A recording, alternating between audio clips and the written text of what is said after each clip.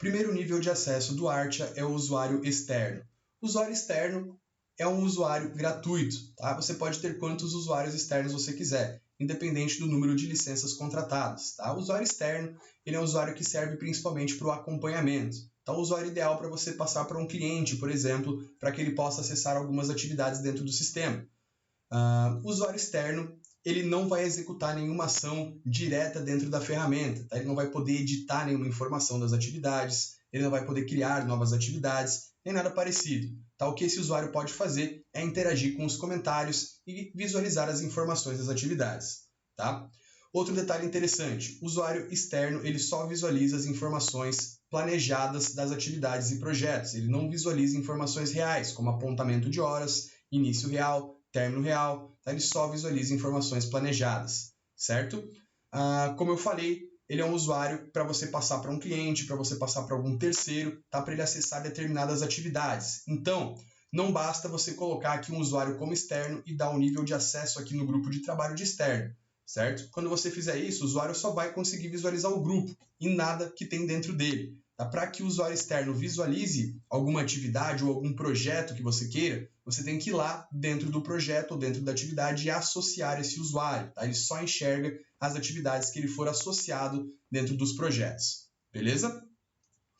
Próximo nível de acesso que eu tenho, tá? Próximo tipo de usuário é o líder, colaborador ou restrito. Tá? A partir desses usuários aqui já começa a contabilizar a licença, tá? Pois são usuários que vão exercer ações diretas dentro das atividades. Tá?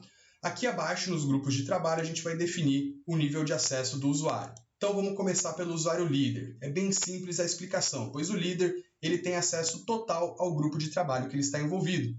Tá? Então, o líder, o papel principal dele é o quê? Fazer o planejamento e o gerenciamento dos projetos, ou seja, estruturar o cronograma, criar as atividades, fazer o planejamento de prazo, de esforço, dos recursos envolvidos, do sequenciamento, visualiza os relatórios, a parte financeira. Líder tem sempre o acesso total ao grupo de trabalho dele, beleza?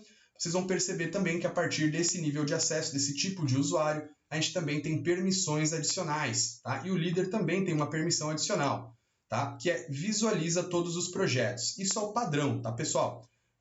O líder, ele, por padrão, visualiza todos os projetos dentro do grupo de trabalho. Caso você tire essa opçãozinha aqui do líder, ele consegue visualizar apenas os projetos que ele criou dentro do grupo e os projetos que ele está envolvido. O resto dos projetos ele não tem acesso, ele não consegue visualizar. Beleza?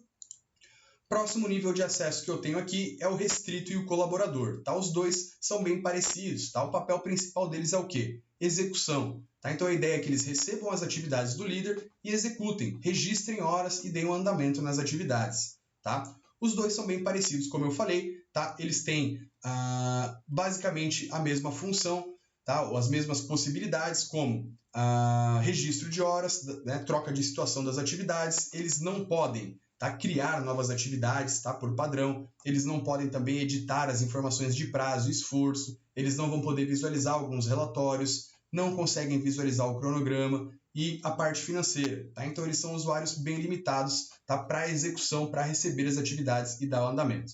Agora, qual que é a diferença entre os dois? Tá? Vamos dar um exemplo para ficar mais fácil de entender. Se eu pegar um usuário colaborador, tá? E eu dou acesso a esse colaborador aí a um projeto que tem 50 atividades. Tá?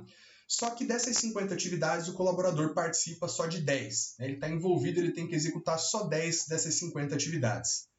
O colaborador ele vai conseguir enxergar todas elas. Tá? O colaborador enxerga todas as atividades do projeto. Porém, ele só consegue executar, ou seja, registrar horas, dar um andamento, nas 10 atividades que ele está envolvido. Certo?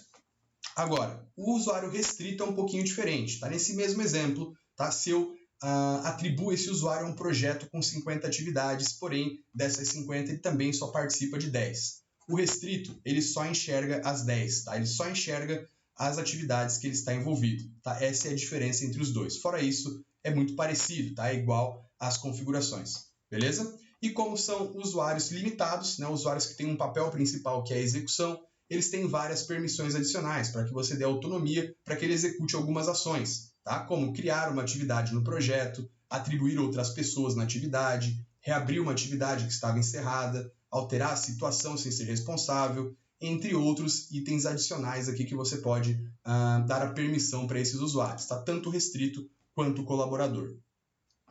E por último, pessoal, eu tenho o usuário administrador, tá? Você vai perceber que não difere nada aqui nos níveis de acesso que você atribui aos grupos de trabalho, tá? Por quê? Normalmente o usuário ele é líder e administrador, tá? Líder porque ele já tem acesso total ao grupo de trabalho e administrador porque ele vai ter acesso a essa telinha que a gente está agora, de configurações gerais do sistema, certo? Essa é a diferença. Pessoal, caso fique confuso, você pode também voltar aqui nessa telinha, passar o mouse pela interrogação que ele descreve para você também os níveis de acesso. Beleza?